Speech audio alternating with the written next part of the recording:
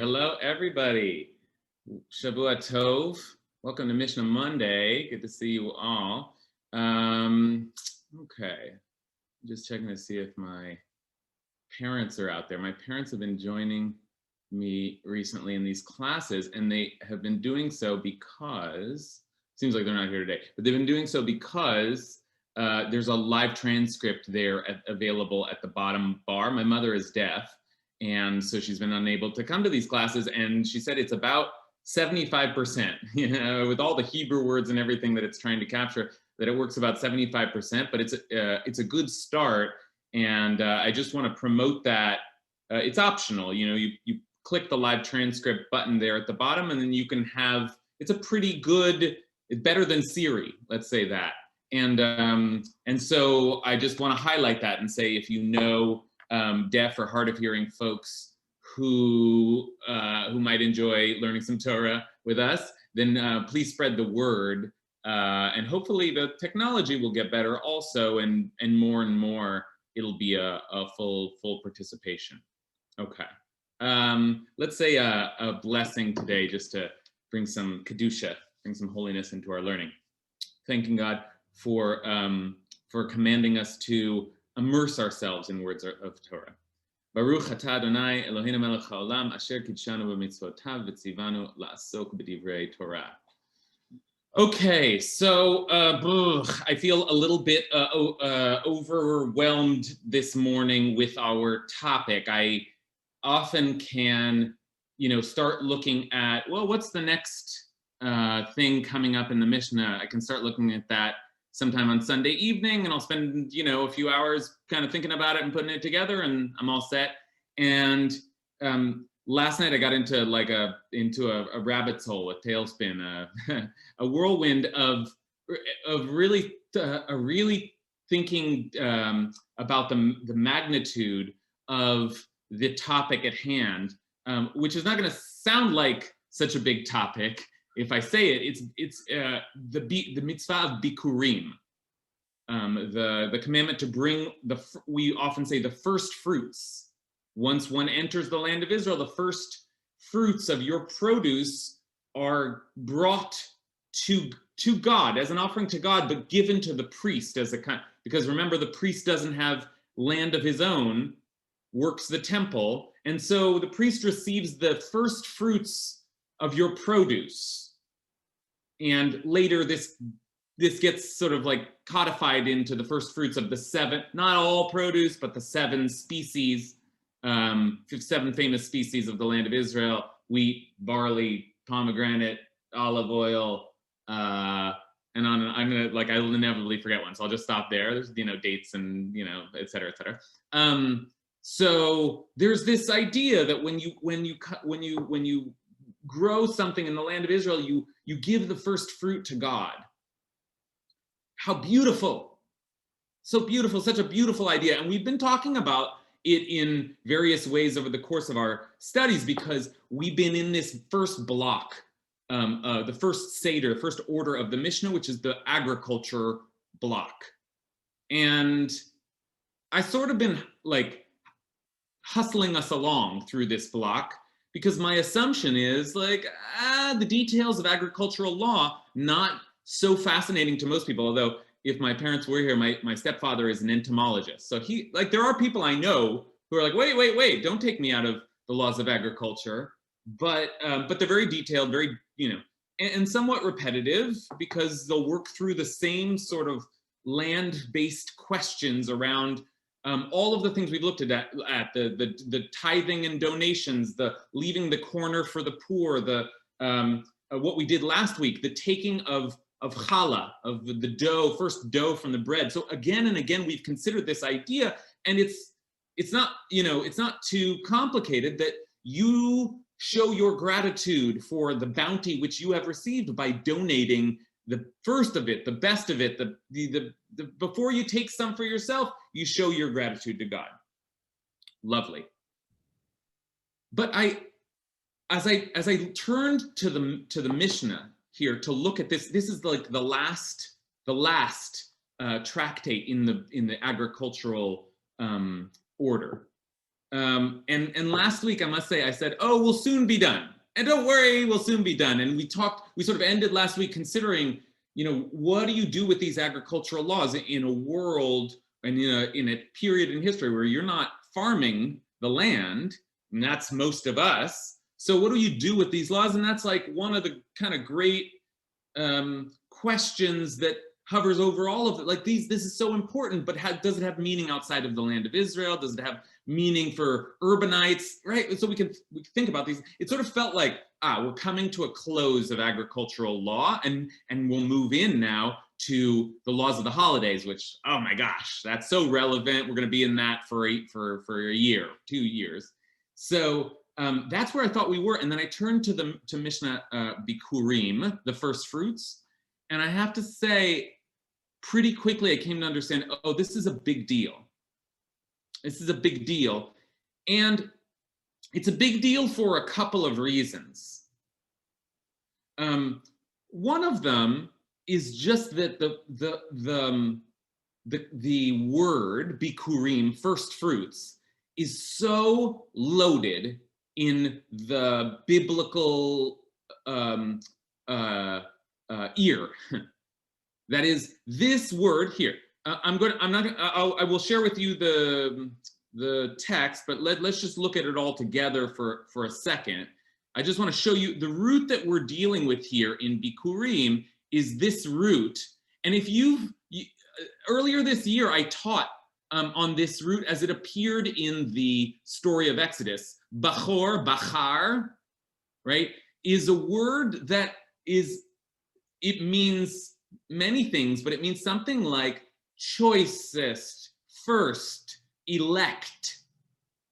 And because of that, I used it in the book I talked about it in the book of Exodus because it appears prominently when the firstborn is killed, the plague of the firstborn. That's the Bachor, right? All of the Bachor, the first fruit of the womb, right? So it's very related. Now, so not only do we see prominent examples in Exodus, it was probably the great obsession of the book of Genesis. It's a very weird thing, and I can't state this emphatically enough. The idea of the firstborn is one of the main themes in the book of Genesis, and that's crazy. Is that such a big deal? But we know that it is, that a lot of Genesis is brothers vying for the title of firstborn. And in particular, Genesis seems to be undermining what was like the obvious system, which is that the firstborn received a double portion. Firstborn son was the inheritor of the family. Okay? So it's a very fraught issue. And when Exodus picks up on it and kills the firstborn, it's doing something with that issue. It's commenting on that issue. And then when we get to this mitzvah, which uses that same language, the bikurim, you can't consider this mitzvah without thinking about the whole history. And here's what suddenly clicked for me last night. I turned open the Mishnah, I looked at the first lines, and I realized that this tractate is going to spend a lot of time thinking about inclusion and exclusion in the realm of this ritual. But actually, it becomes a kind of a stage, a forum for us to think about inclusion and exclusion in the whole of Jewish ritual and maybe Jewish life altogether. And that's a major topic. Right, so just to take a look here now, I'm going to share with the screen with you one more time, and then just because this is a little out of order, I don't want to get anyone confused. But here's the first Mishnah in Mishnah Bikurim, and just listen to the language here.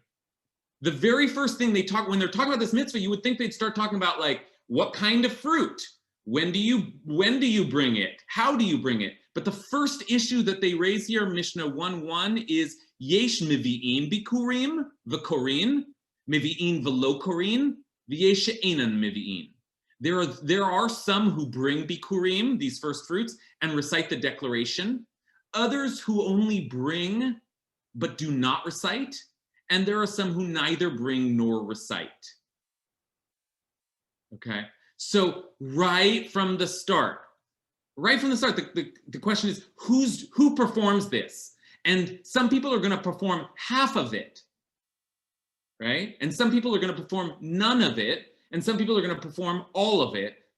How do we figure that out? We're already kind of in the realm of these people are in, these people are out. And I don't, there are a lot of ways to talk about inclusion and exclusion. One of the ways to talk about them is rights. Who has the right to do this and who does not have the right? But that's not exactly the Torah's language. The Torah tends to speak in terms of obligation. Who has the obligation to do this? Who does not have who's exempt? But that language is also not entirely helpful because it ignores what has become, I think for most of us, the central question of inclusion and exclusion, which is the feeling that is associated with being included. And that could mean having the right or having the obligation, but there's something about being a part of something that is meaningful, and there's something about being exempt or excluded from something that has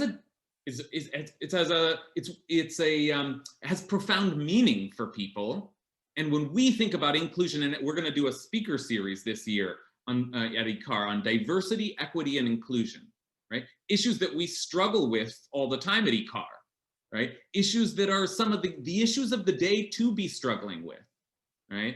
But when we think about them, we're thinking about them often in terms of what kind of status, what kind of feeling that inclusion and exclusion conveys, right?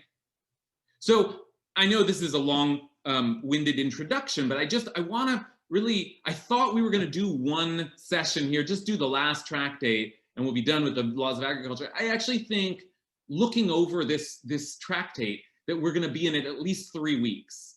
And I want to really take our time to think about these issues as they emerge in the middle of this kind of a random law.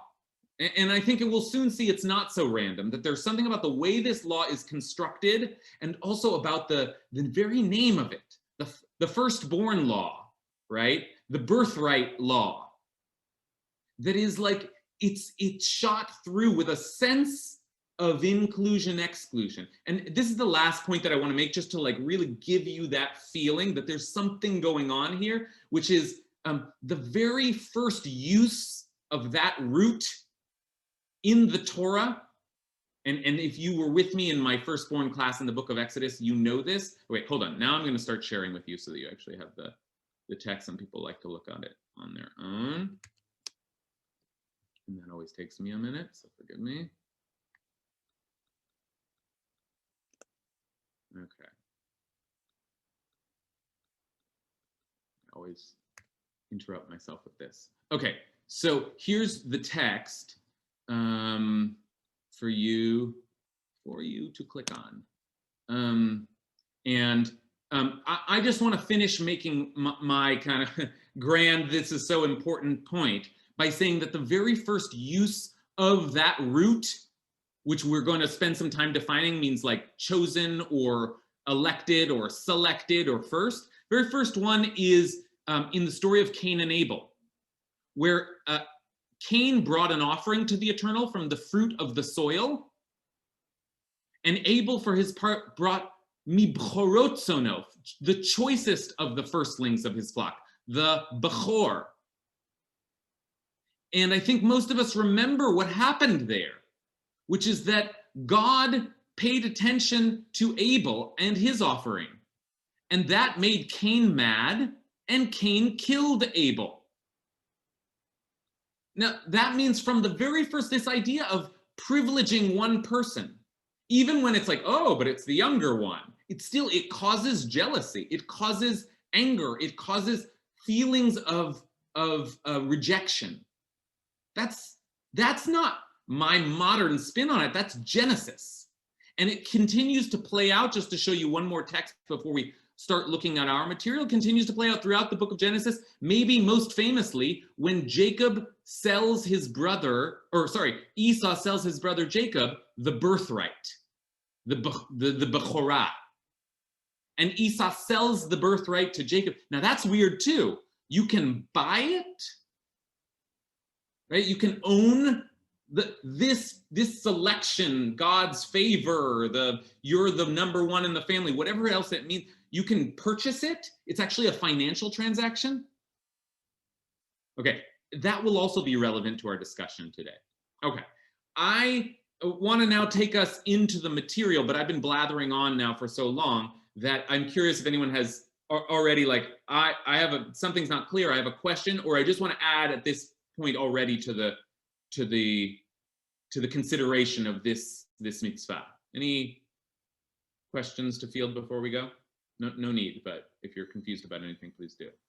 Okay, all right, so let's begin. Now, as luck would have it, not luck, it's like moments like these that make me feel like, oh, I'm supposed to teach this, you know? The first mention of this mitzvah, right? We saw some of the first mentions of the word bechor, but the first mention of this mitzvah is in this week's Torah reading, Parshat Mishpatim, this week's Torah portion. And there are two major mentions. One's in this week and one is in the Book of Deuteronomy. We're going to read them both so that we know what's there. But today I'm going to ask you, we've done our thinking about what is the meaning of giving the first fruit to God. We've talked about that a lot in this class. Today I want us to think in particular about who is in and who is out, who is included and who is excluded from this mitzvah from the very start. And of course, these issues of exclusion will be agitating for some people. So let's create space for that agitation, but also be observant here, be watchful, because the tension is going to move both ways. The poles of inclusion and exclusion are both operative in the tradition. We'll see things kind of shifting back and forth as they continue to in our day. Okay, so let's take a look now at this week's Torah portion, and I want you to look at what's happening and then tell me what issues of inclusion and exclusion arise in this first mention of it. So this is Parshat Mishpatim, Exodus chapter 23. And it begins, we're getting a whole dump of laws. That's the name of the Parsha, Mishpatim.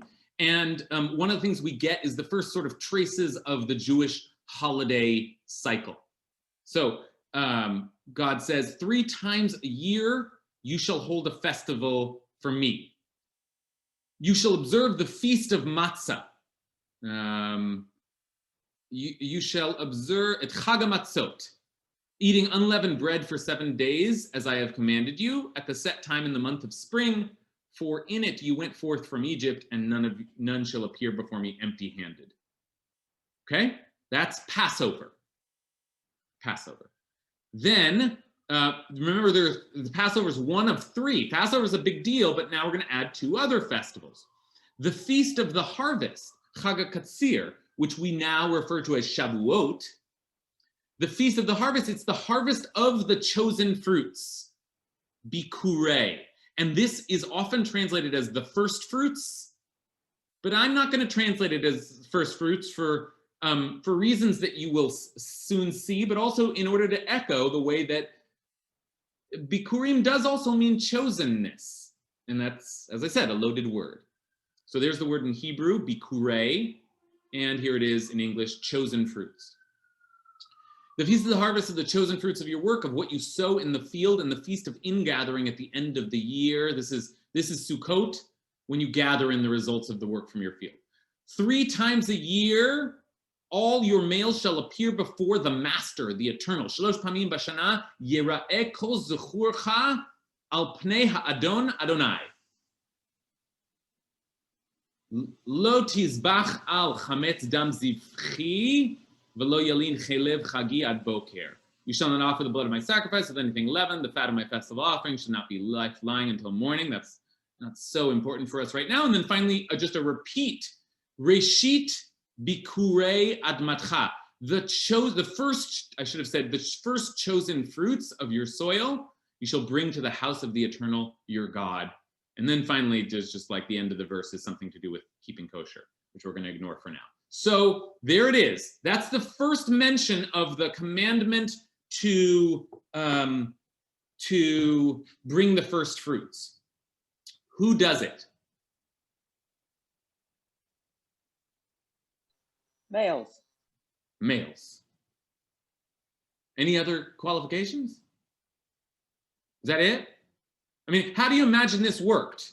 There's these three festivals. So, and it says very specifically, all of your males shall appear before God. So what do you imagine? What does that mean?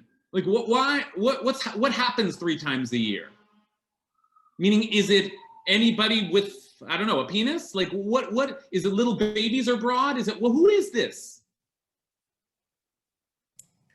So whether they do or don't show up is another matter, but yes, the mitzvah is for presumably anyone who is male to show up. Yeah, it's interesting. It's very specific language. Kol zechurcha, it's not just men or males the way we might substitute the word males for men, but rather it's almost like male. It's like male gendered people. And look, here, like you may be thinking as I'm like honing in on this, like, yeah, it's the Torah, it's a, Bronze Age text, patriarchal, blah, blah, blah, blah. And that is true. The Torah is certainly a patriarchal document in the sense that it is in dialogue with patriarchs, with owners of households, and presumes that system, right?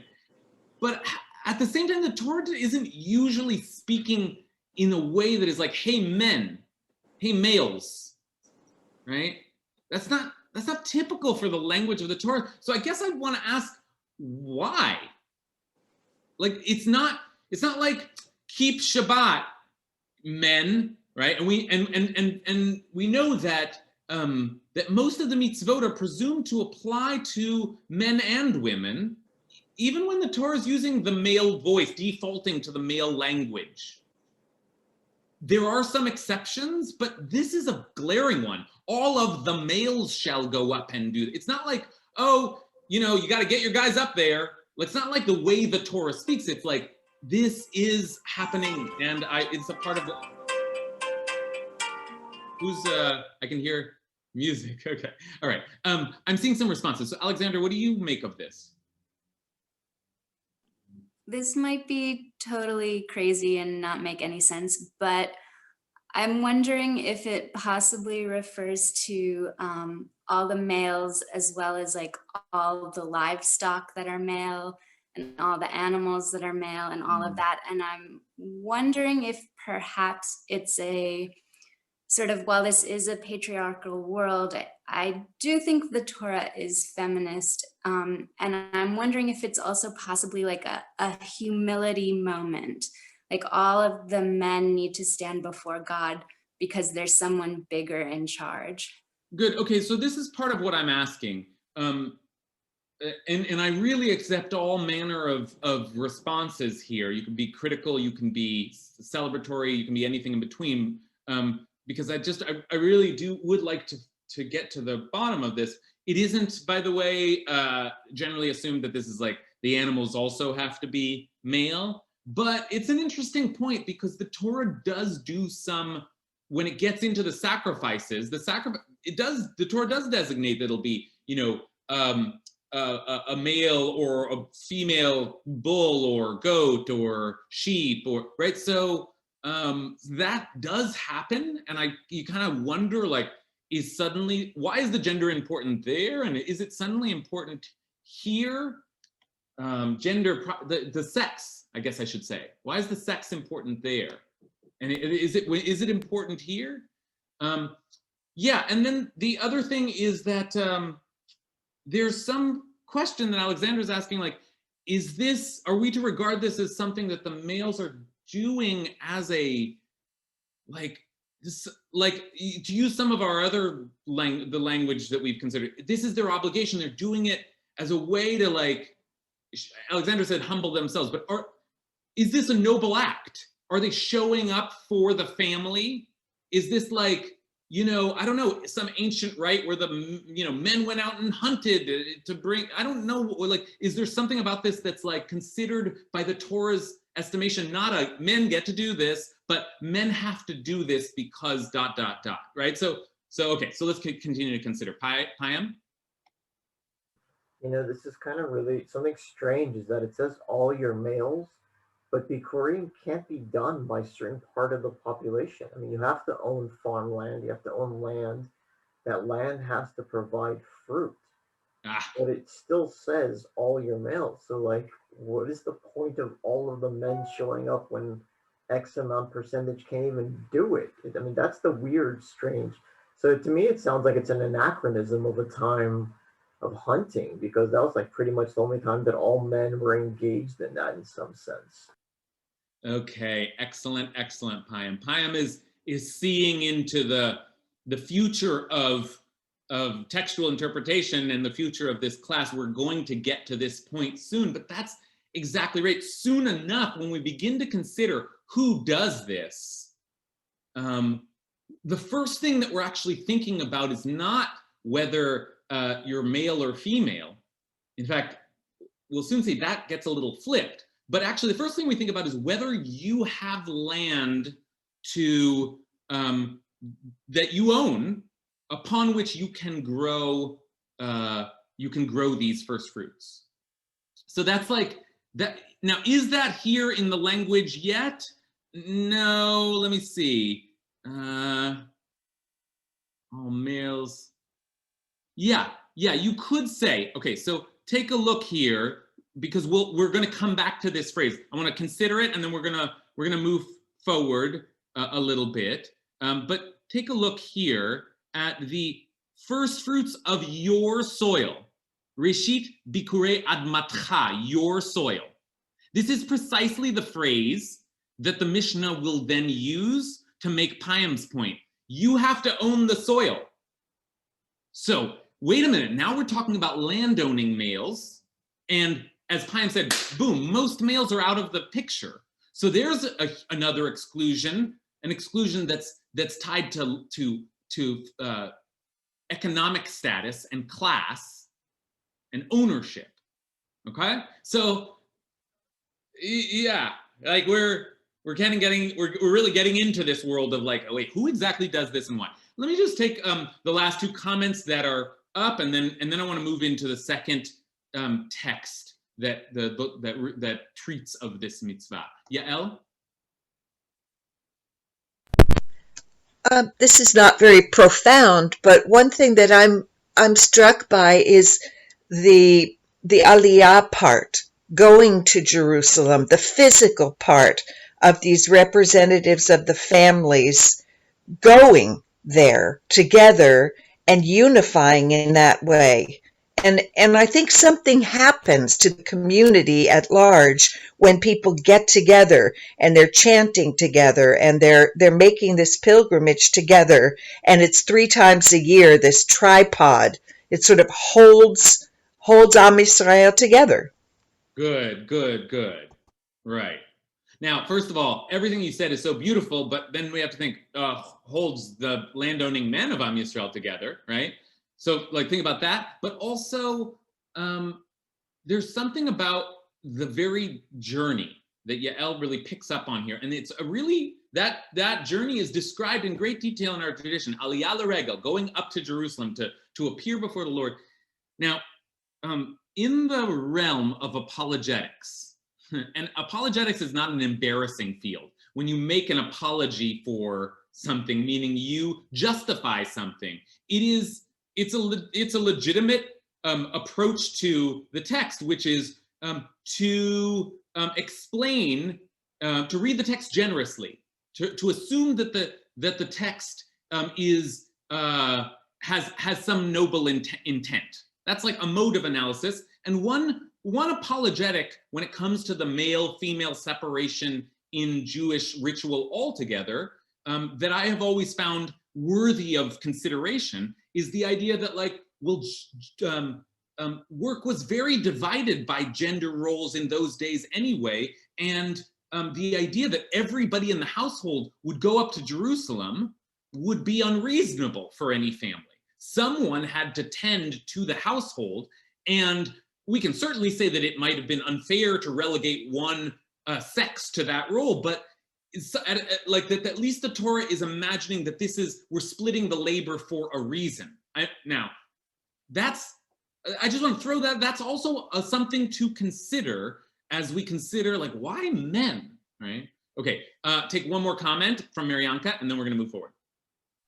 I just want to tie it up with what you said at the very beginning, the inclusion and exclusion, when you showed us the beginning of that part of the Mishnah, and it said some do this and that, some only do one thing, and some do nothing.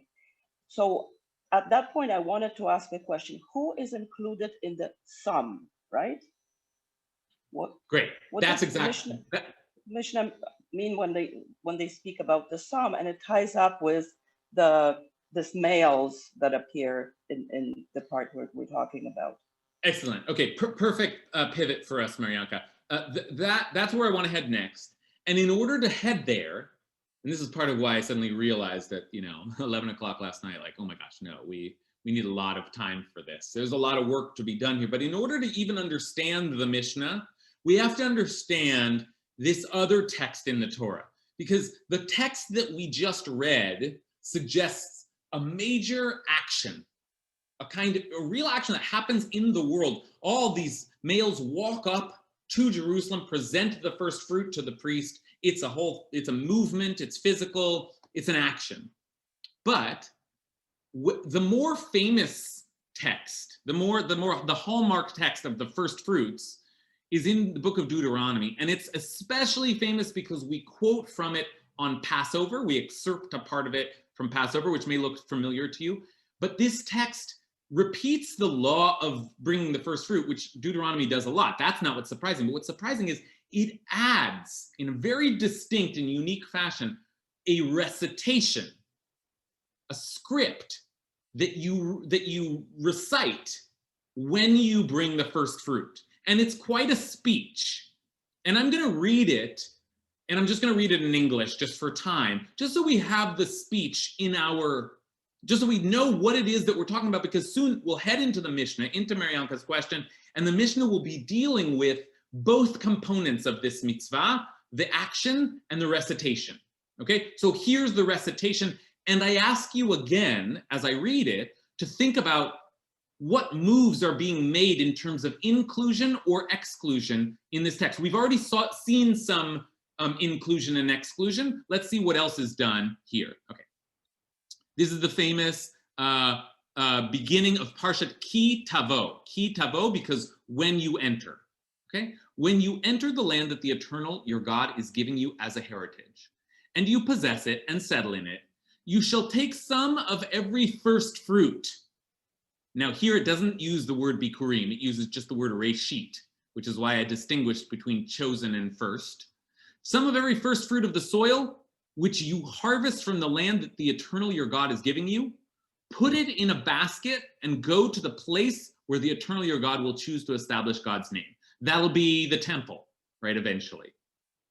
You shall go to the priest in charge at the time and say to him, I acknowledge this day before the Eternal your God that I have entered the land that the Eternal swore to our fathers to assign us. Now, if you're starting to get the feeling like, whoa, this is a bigger deal than I thought, it is. This is not just a recording of the thing you do every year, but specifically that year when you go into the land of Israel. This is talking about the first time you ever do it.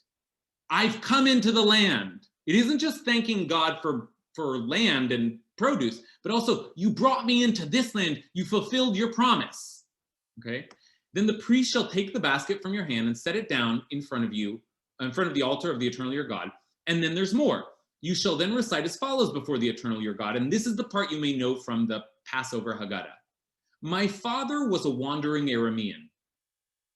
Okay, a little story about my ancestry. he went down to Egypt. Now, there's a debate, who is this? But most assume it was Abraham. He went down to Egypt with meager numbers and sojourned there, but there he became a great and very populous nation. Now, that sort of sounds like Jacob, so there's debate around this. But whatever, the ancestors. The Egyptians dealt harshly with us and oppressed us. They imposed heavy labor upon us. Oh, wow, now you're telling the whole story. We cried to the Eternal, the God of our fathers, and the Eternal, and now I want to say, I usually translate God of our fathers here as ancestors, God of our ancestors. In this case, I'm going to leave it as fathers just because that's the more archaic usage, and it might be helpful for us to see the way that it could be gendered. Okay, so the God of our fathers and the Eternal, or I should say sexed, maybe, I don't know. And the Eternal heard our plea and saw our plight, our misery, and our oppression. The Eternal freed us from Egypt by a mighty hand, by an outstretched arm, awesome power and signs and portents. You can see why this is recited on Passover. It's like you're telling the whole story now. God brought us to this place and gave us this land, a land flowing with milk and honey. Hooray. Wherefore I now bring the first fruits, again, Reshit Pri, of the soil which you, the Eternal One, have given me. You shall leave it before the Eternal your God and bow low before the Eternal your God, and you shall enjoy together with the Levite and the stranger in your midst all the bounty that the Eternal your God has bestowed upon you and your household. Okay, that's quite a lot of stuff we just took a look at. You could spend many, many days talking about the ins and outs of that particular recitation, its meaning, its spiritual significance, what happens there in front of the priest. Oh my gosh, like why is such a declaration being made? But for our purposes, again, let's just think again about who is being included or excluded by this text. What work is this text doing to include or exclude? Okay, I'm going to turn to Yonatan because I saw this hand go up in response to this question. I think we get a very clear answer here that people who do not own land are included because the Ger is named. When the 12 tribes came into Israel, everyone got their land except for the Levim, who are also explicitly included here. Anyone who entered into the covenant later did not have a plot of land. But in this case, they're named as people who get to enjoy the Bikurim, right? Okay. So they're there in Jerusalem. Okay, beautiful, beautiful, beautiful. Yonatan's keen eye, as usual, notices that this last phrase suddenly goes to include a lot of groups, right? Payam's already alerted us to not only the male assignment or privilege, shall we say, in the first text, but also the landowning potential. But here it seems like you'll do this together with the Levite who does not own land, and more significantly, the stranger in your midst, the Hager Asher Bikirbecha, right here. Stranger in your midst. All the bounty that the Eternal your God has bestowed upon you, and I want to just say this is also significant, and your household. Now, I'm not just saying that because I've noticed something, but the tradition of legal interpretation will pick up on certainly the Levite and the Ger. Oh, as Yonatan said, these landless people, meaning people who were not assigned plots of land in the original kind of distribution among the tribes.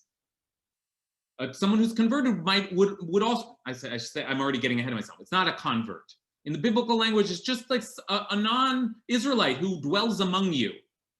The word ger is very complicated because we come to use it as a convert, a ger.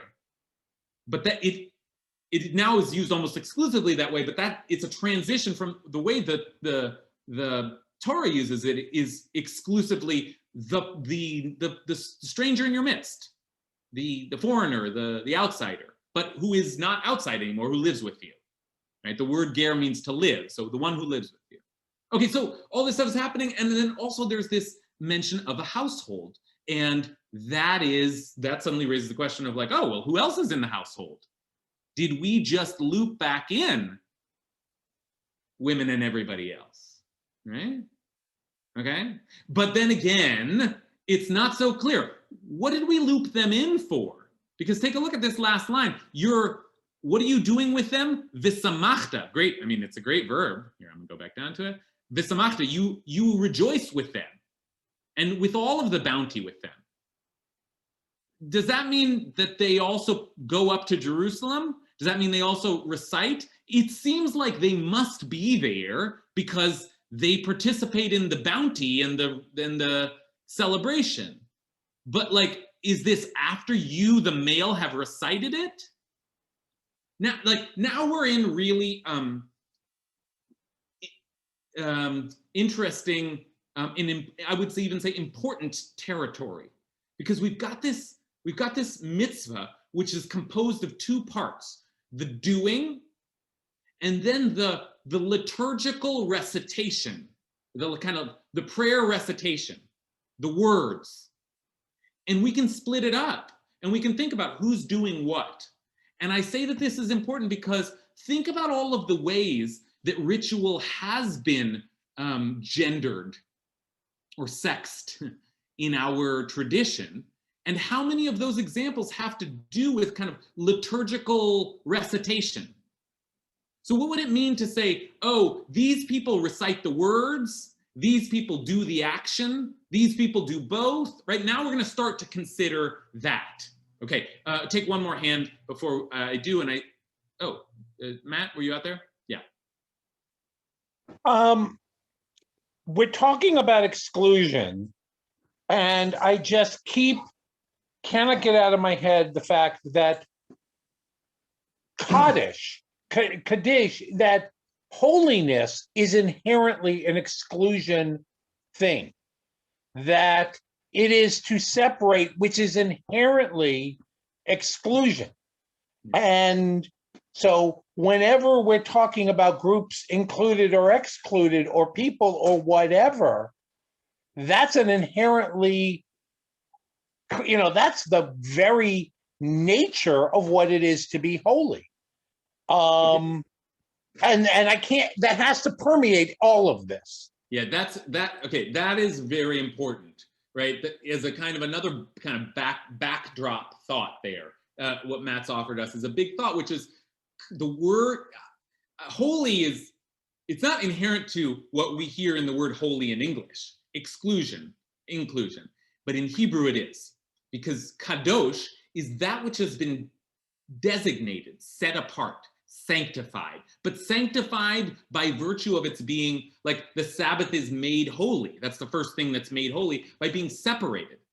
And then we as a nation become a holy nation.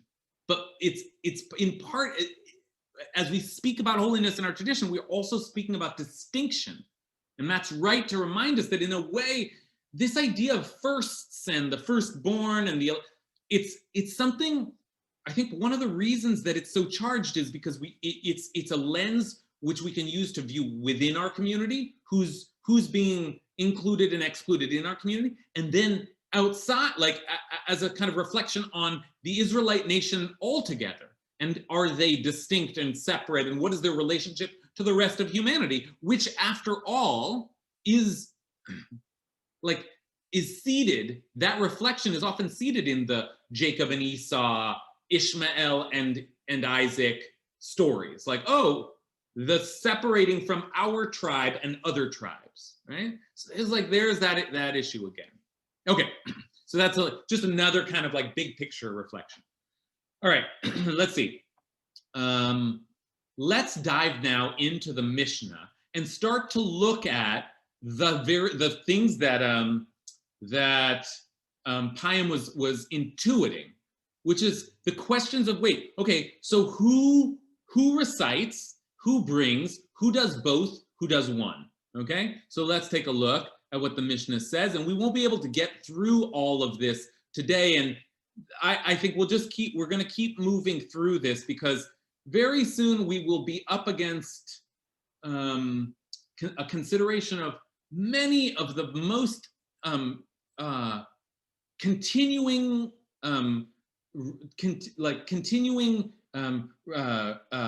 continuingly relevant issues of exclusion and inclusion, issues of gender, and here I think I do mean gender, issues of socioeconomic status, and issues of Jewish identity.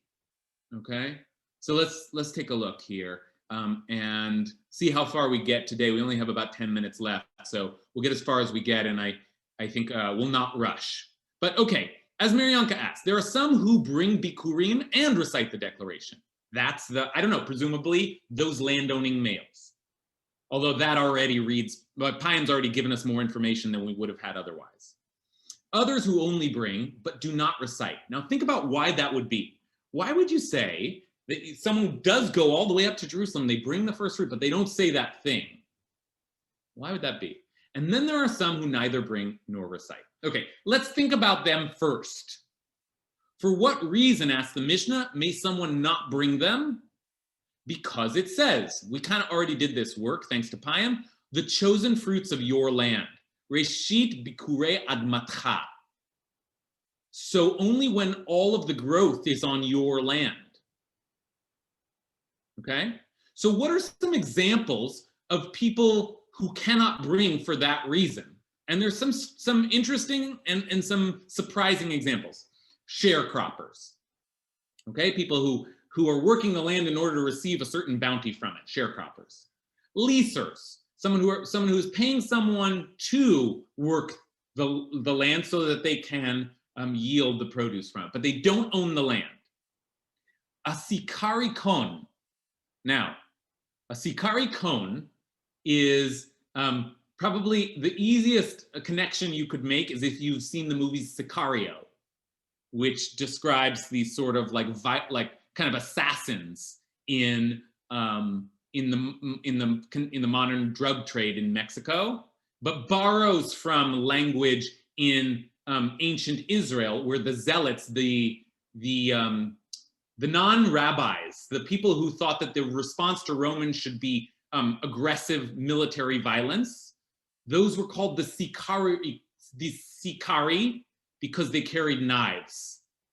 Okay, so that's a little complicated, but the point is, this person is a violent person who just took over the land.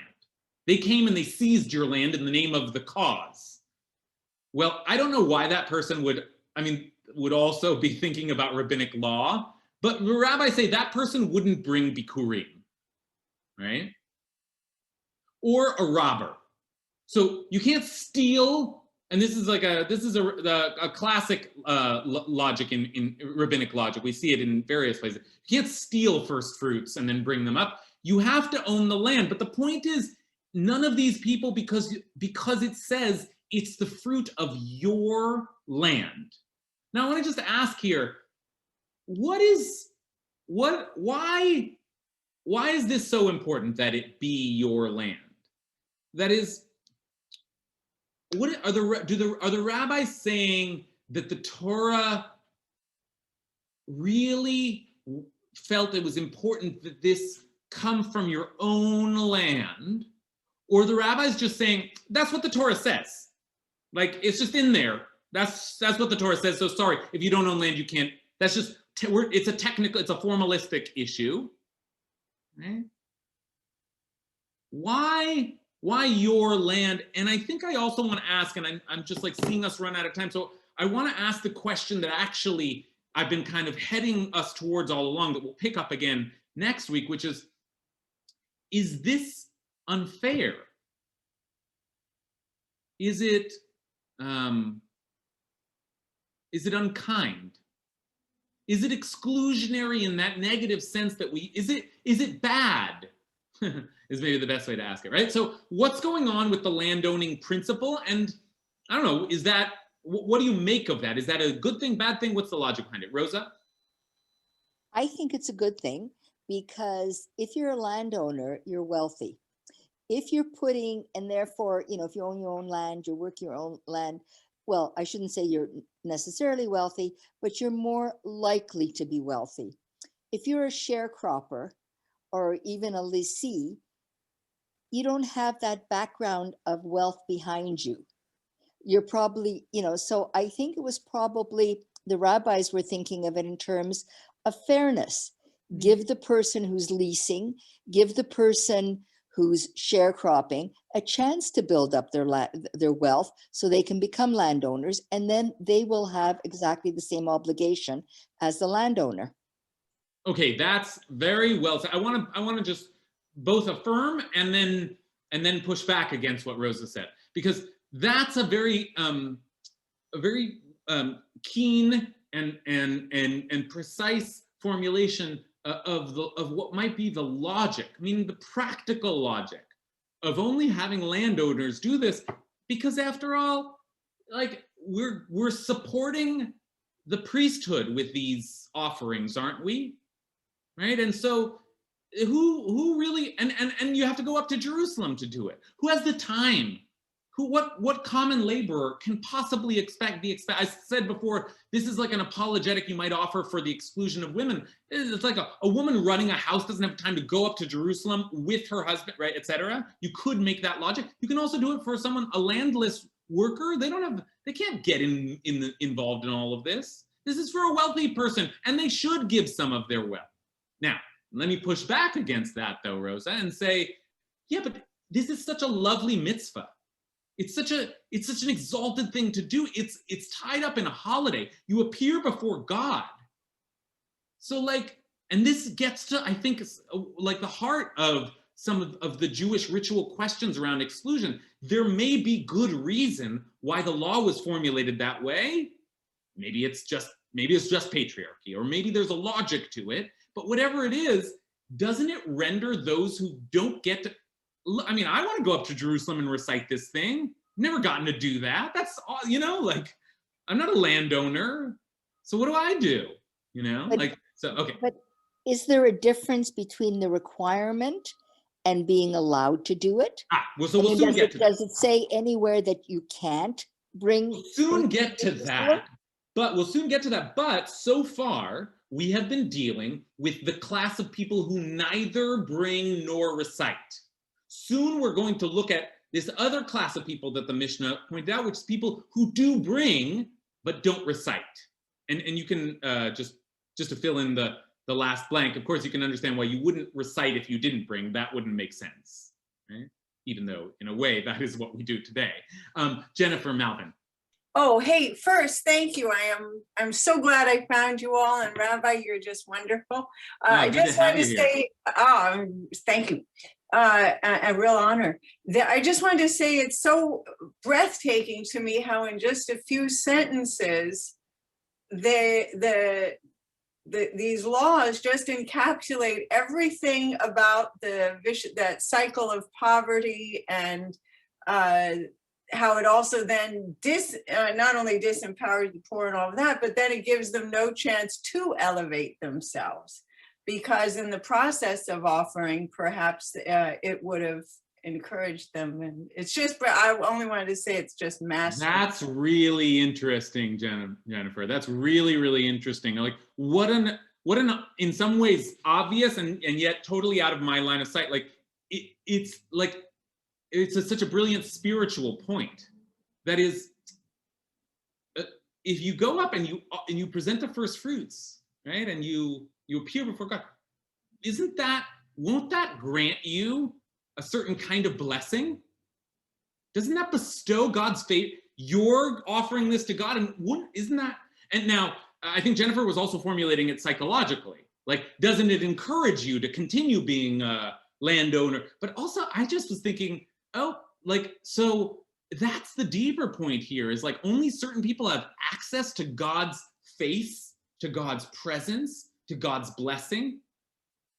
I mean, that's, it's not just about doing the ritual. It's not just about being able to recite the words. It's like, you're going to have a spiritual experience, right? And that's why it doesn't work to say like, oh, well, don't worry, women, you're not obligated in these prayers, right? You don't have to do that, right? In our kind of contemporary conversation, because, women, many will respond, but it's not about obligation. I want access to this spiritual experience, and the spiritual experience of leading the congregation, the spiritual experience of being in public and participating in a public ritual. And this is part of the question at hand, right? Because women are obligated in all the private rituals, right? But the ones that require a kind of public participation, often the ones that are, as the rabbis put it, formulated around specific times of year and seasons, and those women are exempt from. But wait a minute, isn't, you could say, well, that there's a practical logic to it. But in the end, it's like, if this is a ritual in the Torah that talks about standing before God and thanking God for everything that's happened in the Torah, if I'm a Jew, I want that, right? Okay, let's take one last comment. Jen? The thing that really pushes me toward thinking that this is impugning the holiness or the value of the poor and of women is that the list in there is sharecroppers, leasers, assassins, and thieves. Like it's not a group that is generally valued that they're being grouped with. So whether that was sort of, oh, we didn't even think about that, we just included it in a list because they're not, I mean, there's an implicit, even if not conscious, use of the discourse that we've had through many cultures throughout history that the poor are kind of in the same category as shiftless criminals. And I think that really points to where this is coming from psychologically. Okay, great.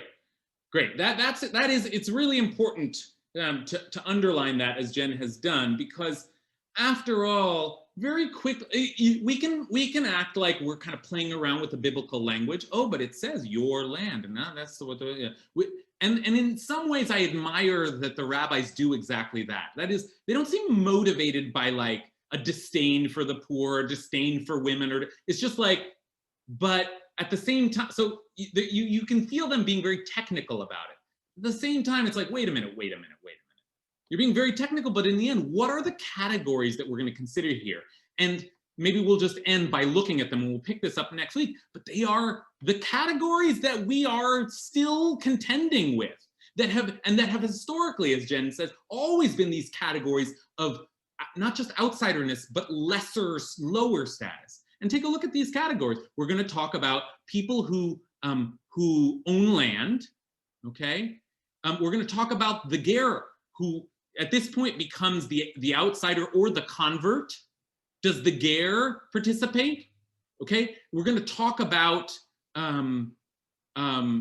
slaves. We're going to talk about, oh my gosh, it's so funny. This is like the irony of ironies, is that I did not, in my translation, include a woman. It's like I actually exclude, like this is very meta here. But like slaves, women, and then these two words here, tumtum and androgynous, which are, if you've never seen them before, here is your introduction to two other gender categories in rabbinic categorization. And amazingly, and I just sort of flipping through it last night, realized the entire last chapter of Mishnah Bikurim is about this this gender category of the androgynous, right?